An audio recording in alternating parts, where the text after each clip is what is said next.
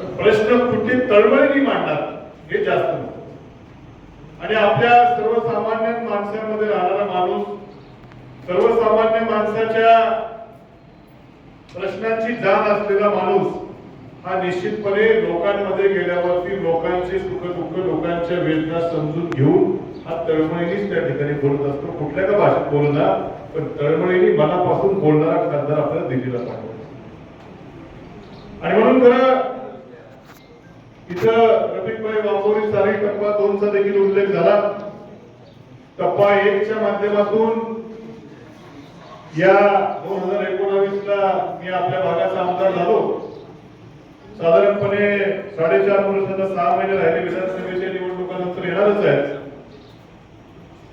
प्रत्येक वर्षी आपल्या वांबोरी चाळीचं जे उपलब्ध पाणी आहे, जे राखीव पाणी आहे, ते सर्वात जास्त सोडण्याचं काम आपण मागच्या 4 वर्षामध्ये केलेलं आहे. मी कधी बटन दाबायला कधी त्या ठिकाणी डॅमवर गेलो नाही.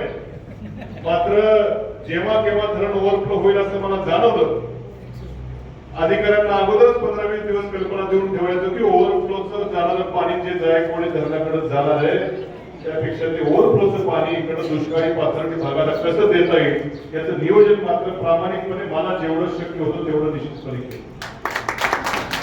महाविकास आघाडीचं सरकार असताना राज्यामध्ये वीज बिल अभावी वांबोरी चाळीचं कधी आढळून झाले.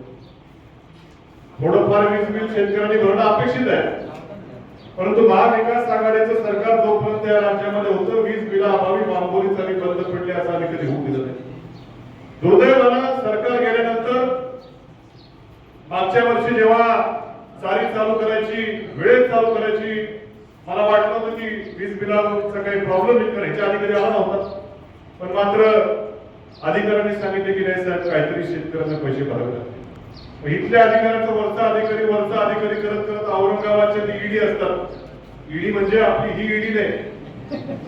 ईडी म्हटलं की असतात एक्झिक्युटिव्ह डायरेक्टर म्हणून पद आहे महामंडळाचं. त्यांच्याशी बोललो, ते म्हणले की नाही काही ना काही पैसे भरावे लागतील. म्हणजे शेतकरी आहेत, एवढं दुष्काळी परिस्थिती आहे, शेवटी ते काय ऐकायला तयार होईना.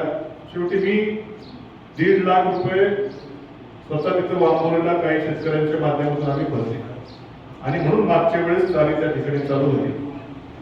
याही वर्षी पाण्याची जास्त आवश्यकता असताना पुन्हा तोच प्रकार झाला. मला वाटलं तर हे मागच्या वर्षाला म्हणले याही वर्षी हरवणार आहे. मी त्यांना म्हणलं हे बघा, म्हटलं मागच्या वर्षी 1.5 लाख भरले, याही वर्षी म्हटलं तुम्ही सांगायच्याच म्हटलं 1 लाख रुपये भरून टाकतो, पण आम्हाला काय अडवू नका. याही वर्षी परत 1 लाख रुपये भरण्यात आले. पण मात्र या वर्षी पैसे भरून देखील अधिकारी म्हणले नाही, आम्हाला तो रिपोर्ट आला नाही, आम्हाला हे झालं नाही, ते झालं नाही, मला अजून खालचे अधिकारी सांगू देत. अरे म्हटलं पैसे रोख भरलेत म्हटलं मी. तरी देखील 10-15 दिवस काळ ढकलता का केली मला माहित नाही काय, की जेणेकरून उशीर झाला. चालू तरी देखील चालू केलं. तिथल्या काही मोटरिंगचा प्रॉब्लेम होता, माझ्या कारखान्यातली माणसं बोलवले, ते चालू करायला नाही केलं. शेवटी 3ऱ्या मोटरचा प्रॉब्लेम थोडासा आला. त्याही अधिकाऱ्यांना मी पाठपुरावा केला. मी कधी जास्त प्रसिद्धीच्या भानगडीत पडलो नाही, पण मात्र वेळेत 3री मोटर चालू होऊ शकली. तिथे म्हणणारे आमचे लोक येतो कारखान्याचे. पण मात्र या वर्षी मला माहित नाही का आपण अधिकाऱ्यांकडे एवढा म्हणावा असा रिस्पॉन्स झाला नाही. 2च मोटरी चालल्या शेवटच्या टप्प्यामध्ये, त्यामुळे पावसाच्या थोडं पाणी आल्यानंतरच्या टप्प्यामध्ये थोडीशी अडचण झाली. त्याचंही मी सांगितलं होतं अधिकाऱ्यांना की म्हणजे टप्पा 1 जो आहे, ज्याचाही आपण मास्टर प्लॅन बनवा. काही तळ्यामध्ये पाणी जात नाही, कसं करता येईल तेही सांगायचा प्रयत्न केला. पण मात्र टप्पा 2 चा उल्लेख झाला, त्याचाही आम्ही पाठपुरावा केला होता. पण आता जे मंजूर झालेलं आहे त्याच्यापेक्षा आमची मागणी थोडीशी जास्त होती. की टप्पा 2 च्या काही बातम्या पेपरला आल्या.